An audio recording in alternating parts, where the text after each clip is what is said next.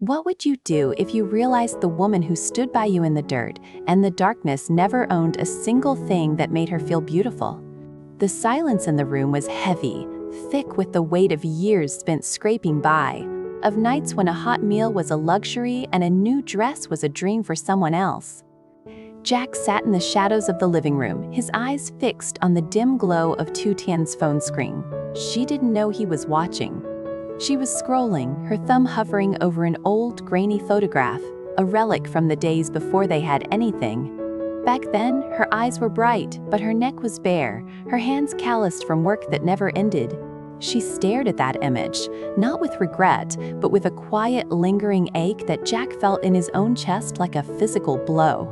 He saw her tuck a stray lock of hair behind her ear, her fingers trembling slightly, and in that fleeting second, he made a silent vow. He would rewrite the story of her reflection. But what happens when the man who vowed to provide everything realizes he has forgotten the most important part? The dignity of feeling cherished? Jack didn't say a word that night. He simply watched, memorized the tilt of her head, and waited. The air in their home, usually bustling with the chores of a simple life, felt charged with an uncharacteristic tension the next morning.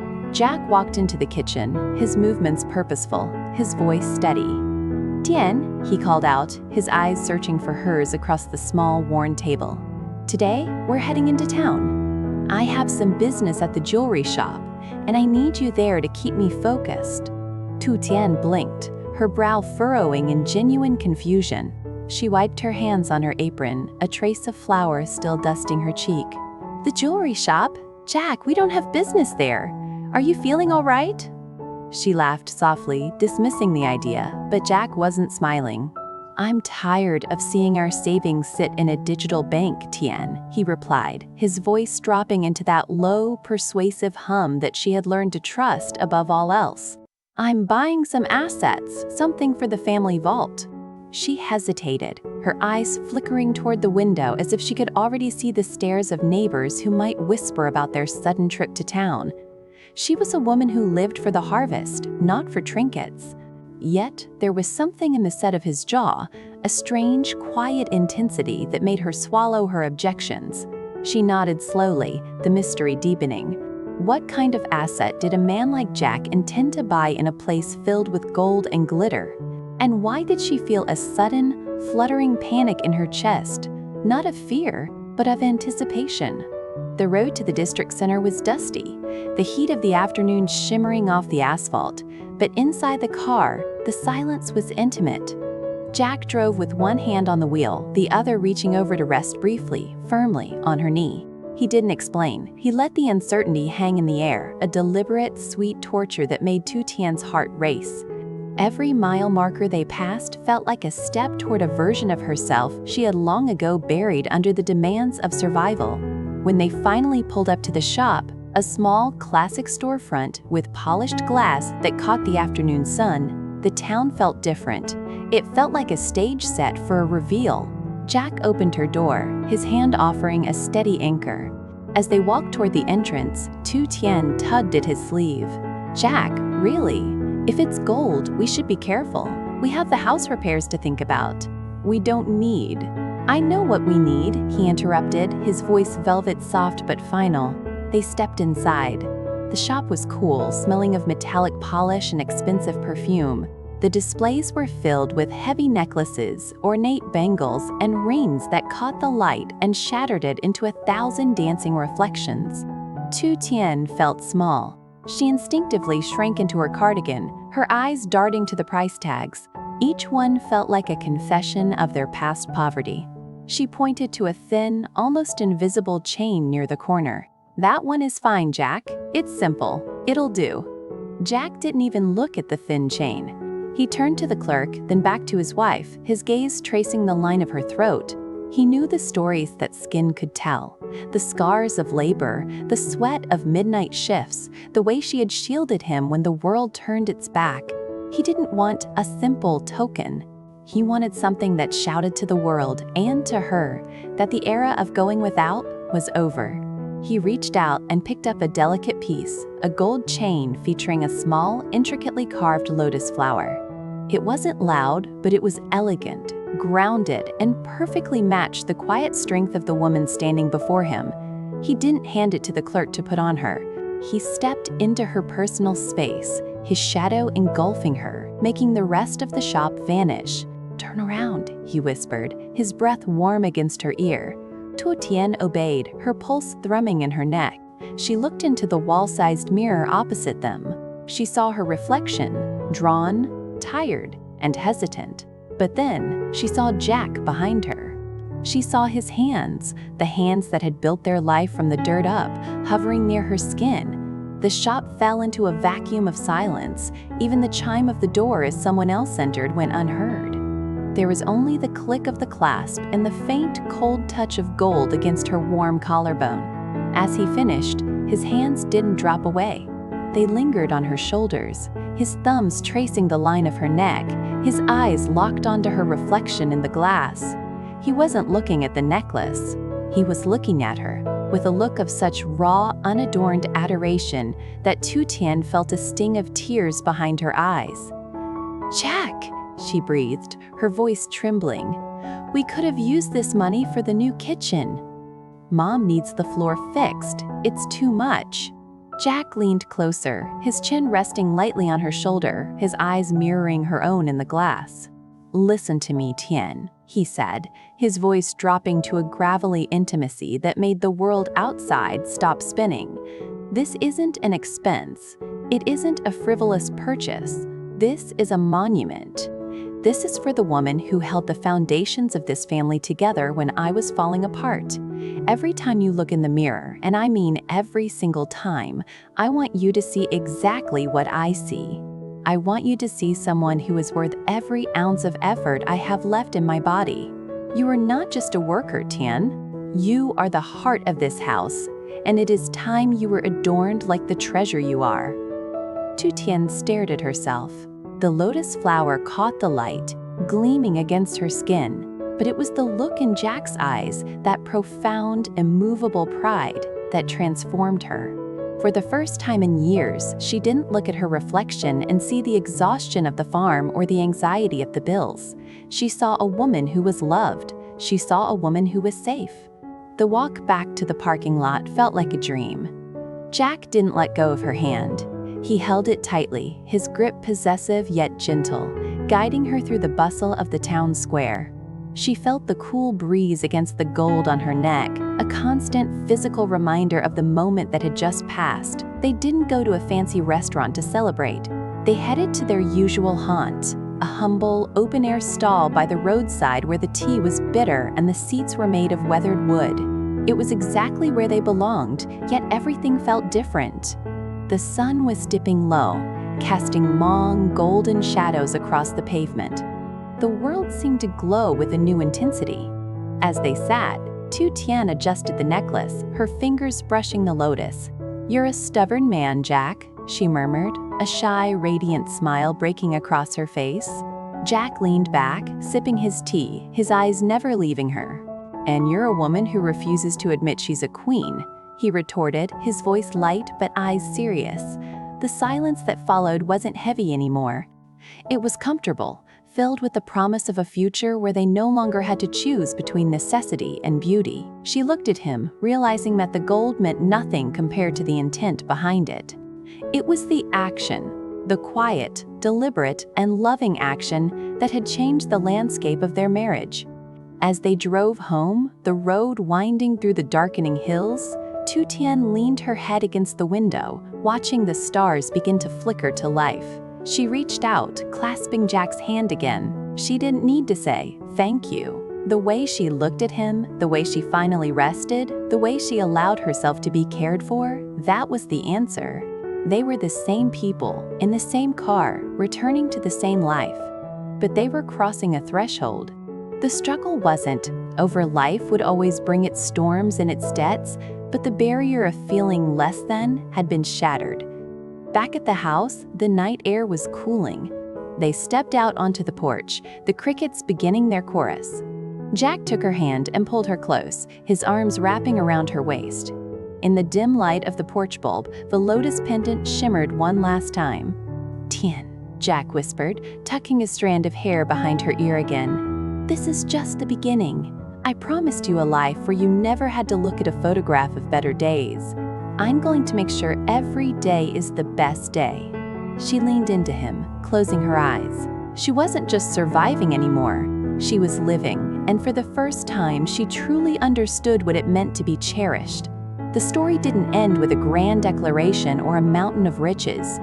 It ended in the quiet, profound peace of a husband and wife who understood that love is not found in the grand gestures, but in the small, deliberate acts of devotion that redefine a person's worth.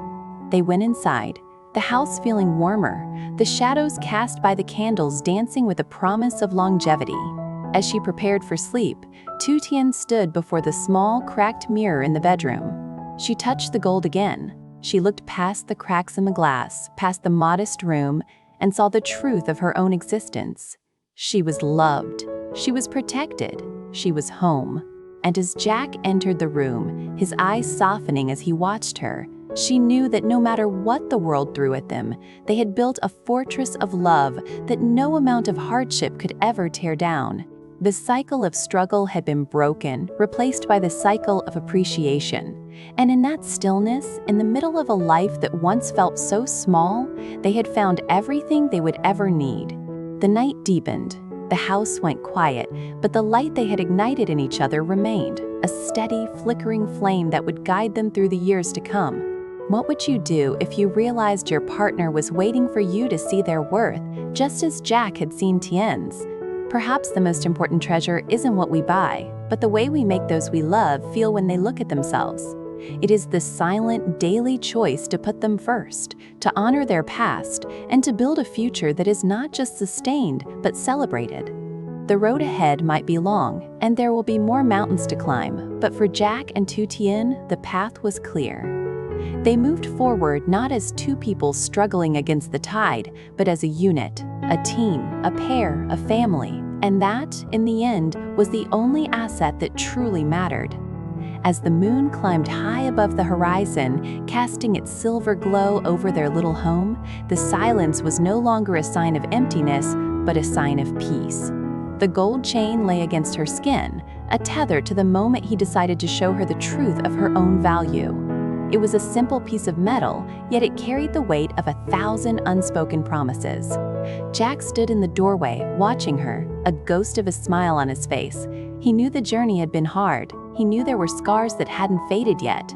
But he also knew that he had the power to make her smile, to make her feel beautiful, and to ensure that she never had to face the world with her head bowed again.